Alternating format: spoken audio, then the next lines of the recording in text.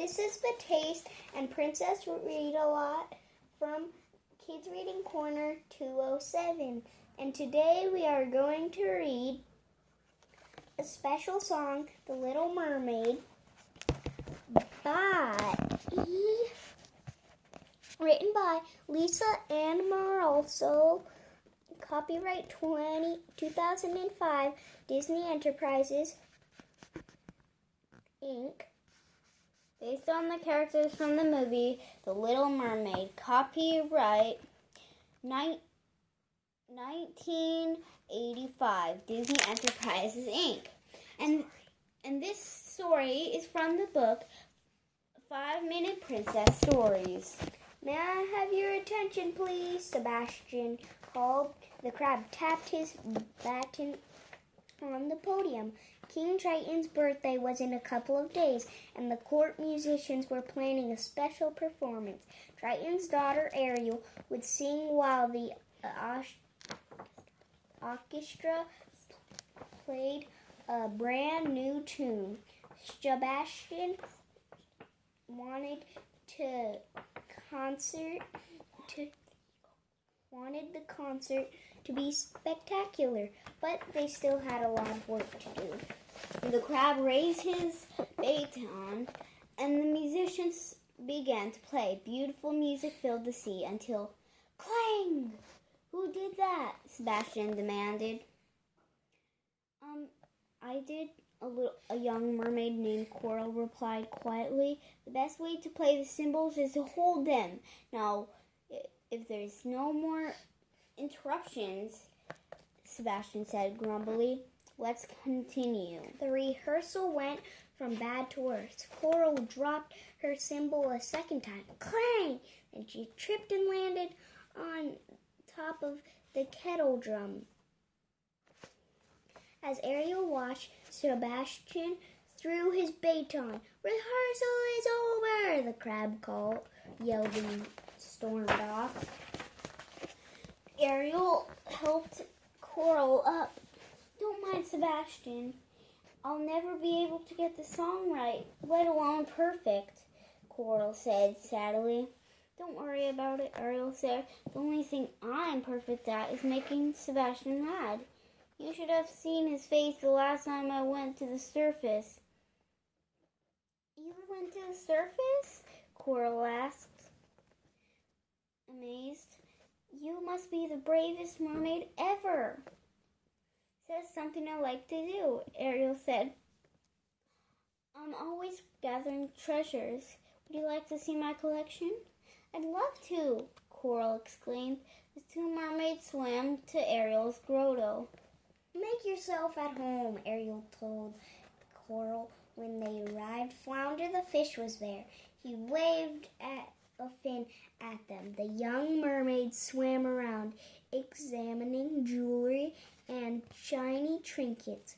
Where did you find all this? Coral asked as she put on a strand of pearls. I found some of it in sunken ships, replied Ariel. You've been inside a sunken ship?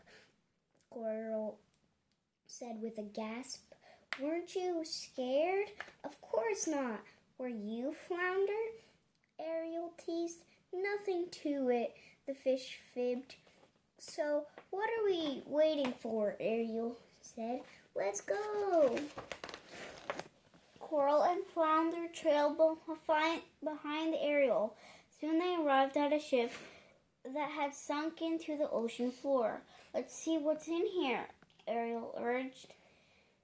Her friends followed through the large porthole. Inside the ship, Ariel found an old steamer trunk.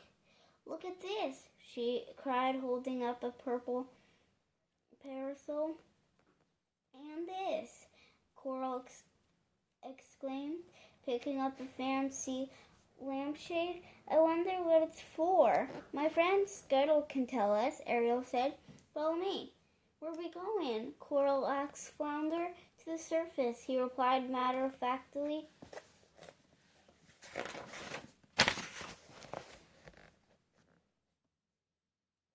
Soon the friends arrived at the surface. Scuttle the sea go examine their treasures. It's a twirlifer, he said, looking at Coral's lampshade. It's what human ladies wear when they're going somewhere important. Before long, the friends had to leave. As they headed home, Coral asked Ariel if she could keep the twirlifer at the grotto. It might get broken at home, she explained. Of course, Ariel agreed. The grotto is my secret place and it can be yours too. A few days later, as Ariel swam toward the grotto, she heard someone singing. The voice was strong and clear, but sweet too. When Ariel arrived, she saw her new friend. Coral, I didn't know you had such a lovely voice. You could be singing in the concert, not playing the cymbals. The little blonde mermaid shrugged. It's like singing to myself, she explained. I never actually performed. The next day at rehearsal, Sebastian made Ariel and the orchestra practice over and over, but something always seemed to go wrong. The big day is tomorrow, the crab said, fretting. This concert needs to be fit for a king. King Triton, to be exact. Let's try it again. So they did. The rehearsal went on, but at the end of the afternoon, everyone was tired. See you tomorrow, Ariel said. Her voice was raspy. On the day of the concert, Ariel could only whisper. She had lost her voice. Luckily, she knew who could take her place. Me? Coral said when the princess asked her. But I can't. You must, Sebastian insisted. Otherwise, King Triton's birthday celebration will be ruined. I can't sing in front of a crowd of mer people, Coral said, pleading. Sure you can, Flounder said. Coral thought about how she had visited a sunken ship and gone to the surface, things she had never thought she could do, all because of Ariel. Now her new friend was counting on her.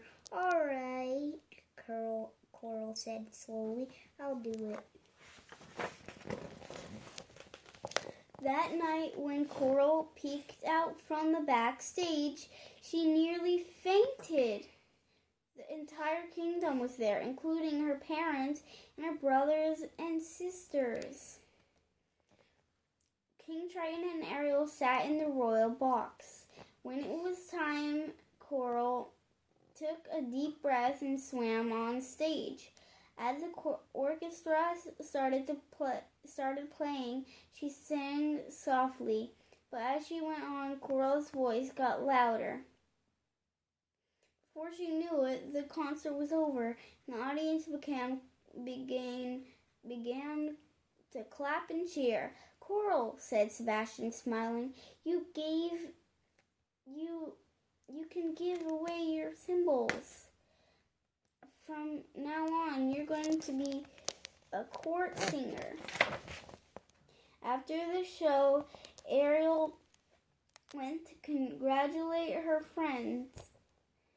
She found Coral with her family. I didn't know you could sing like that, one of the Coral's